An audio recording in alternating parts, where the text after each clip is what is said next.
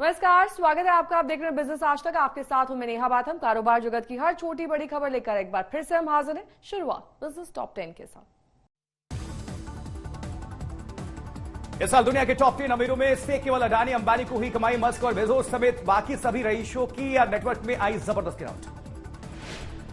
इस बार के festive season में ई कॉमर्स कंपनीज की बिक्री में 25% का इजाफा हुआ। नवरात्र से दिवाली के दौरान कुल 76,000 करोड़ की ऑनलाइन बिक्री का अनुमान है।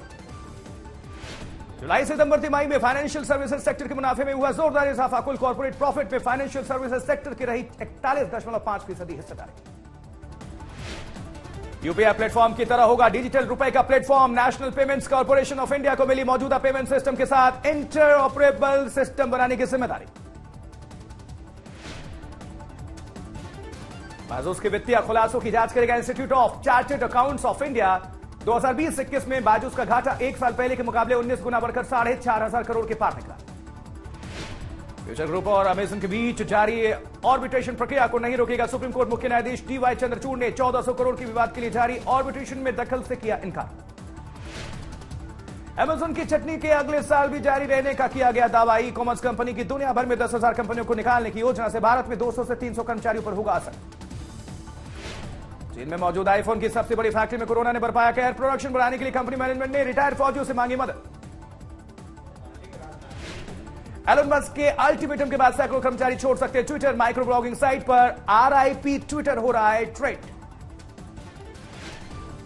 सोलर एनर्जी के सबसे बड़े प्रोवाइडर स्क्वायरिंग ने अफ्रीका और एशिया में LED सोलर बल्ब की अपनी नई रेंज लॉन्च कर दी। सन किंग इन्फिनिटी ने लाइट जाने के बावजूद भी लोगों को मिलेगा 4 घंटे का पावर बैकअप। महंगाई और EMI में बढ़ोतरी के बावजूद इस साल लोगों का प्रॉपर्टी से कोई मोहभंग नहीं हुआ है। लोगों की डिमांड में बढ़ोतरी की वजह से अब देश भर के बड़े शहरों में घरों के दाम बढ़ने शुरू हो गए हैं। जुलाई सितंबर तिमाही में देश के 8 बड़े रियल एस्टेट मार्केट्स में से 6 में घरों की कीमतों में इजाफा हुआ है।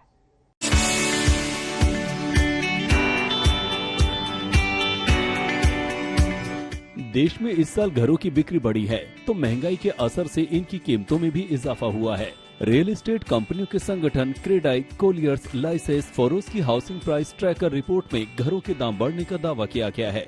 इस रिपोर्ट के मुताबिक देश के 8 बड़े रियल एस्टेट मार्केट्स में जुलाई सितंबर के दौरान घरों के दाम औसतन 6% बढ़े हैं। इन 8 शहरों में दिल्ली NCR, मुंबई MMR, कोलकाता, पुणे, हैदराबाद, चेन्नई, बेंगलुरु और अहमदाबाद शामिल हैं। फ्लैट्स की कीमतों में सबसे ज्यादा 14% इजाफा दिल्ली NCR में हुआ है।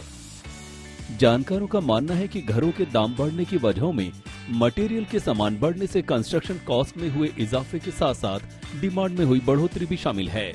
लेकिन दिलचस्प बात है कि घरों के दाम और EMI बढ़ने के बावजूद घरों की बिक्री में कोई कमी नहीं आई है। उल्टा डिमांड बढ़ने की वजह से इस साल की शुरुआत से ही डेवलपर्स ने प्रोजेक्ट्स की लॉन्चिंग बढ़ाई है। इसके असर से जुलाई सितंबर तिमाही में बिना बिके घरों की संख्या 3% बढ़ गई है। लेकिन ये बिना बिके घर लॉन्चिंग बढ़ने की वजह से बढ़े हैं और देश भर में करीब 94% ऐसे घर अंडर कंस्ट्रक्शन फेज में हैं। अगर अलग शहरों को बिना बिके घरों की कसौटी पर परखा जाए तो एकदम सही तस्वीर समझ आती है। बेंगलुरु में बिना बिके घरों की संख्या 14% घट गई है। केवल हैदराबाद, MMR और अहमदाबाद में बिना बिके मकानों घरों की संख्या बढ़ी है। MMR की बिना बिके घरों के मामले में 37% के साथ पहले NCR और पुणे 13% हिस्सेदारी के साथ दूसरे स्थान पर रहे। रिसेशन में अदर कंट्रीज वर्सेस इंडिया की बात करें तो इंडिया की इकोनॉमी अभी भी स्ट्रॉन्ग इंडिकेट कर रही है। होम बायर्स का इनकम लेवल यहाँ बढ़ता हुआ दिख रहा है, जिसका सीधा असर घर खरीदारी पे पड़ रहा है। सबसे ज्यादा गुरुग्राम में करीब इस साल 20% का उछाल देखने को मिला है, जिसमें फेस्टिवल सीजन में अकेले में 13 से 14% का उछाल देखने को मिला है। तो फेस्टिवल सीजन अभी जारी है, दिसंबर 31 तक ये ट्रेंड देखने को मिल सकता है। और रियल एस्टेट के अंदाज में देखें तो 2022 सबसे बेहतर साल साबित हुआ है। If you see right now, Delhi NCR is the most expensive place to live in India. ये बहुत बड़ी स्टेटमेंट है। इसके पीछे कुछ रीजंस हैं जो इन्वॉल्व हैं। पहला रीजन तो यह है कि कंस्ट्रक्शन कॉस्ट ऑलमोस्ट डबल हो चुकी है। आप प्राइसिंग देखेंगे कंस्ट्रक्शन कॉस्ट की, हर चीज मटेरियल की कॉस्ट बढ़ चुकी है। दूसरा सबसे इंपॉर्टेंट रीजन है लैंड कॉस्ट। लैंड कॉस्ट इतनी इन्फ्लेट हो चुकी है विद टाइम। तीसरा पिछले 5 साल में इन्वेंट्री की सप्लाई ऑलमोस्ट जीरो है, सप्लाई ही नहीं है मार्केट में, जो इतनी थी ऑलरेडी वो ही कंज्यूम हो रही है। तो दीज आर द फैक्टर्स जो हर चीज को इंक्रीज कर रहे हैं सेल्स प्राइस की। जानकारों के मुताबिक पिछले 2 वर्ष के अनिश्चितता भरे समय के बाद इस साल रियल एस्टेट मार्केट में स्थिरता लौटी है।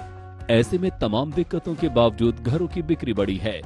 हालांकि अगर आने वाले दिनों में मंदी या छटनी जैसे मामले बढ़ने लगे तो फिर मुमकिन है कि रियल एस्टेट के लिए ग्रोथ एक बड़ी चुनौती बन जाए।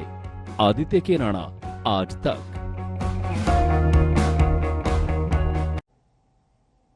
बिजनेस आज तक में मेरे साथ अभी के लिए बस इतना ही। देश और दुनिया की तमाम खबरों के लिए आप देखते रहिए आज तक HD।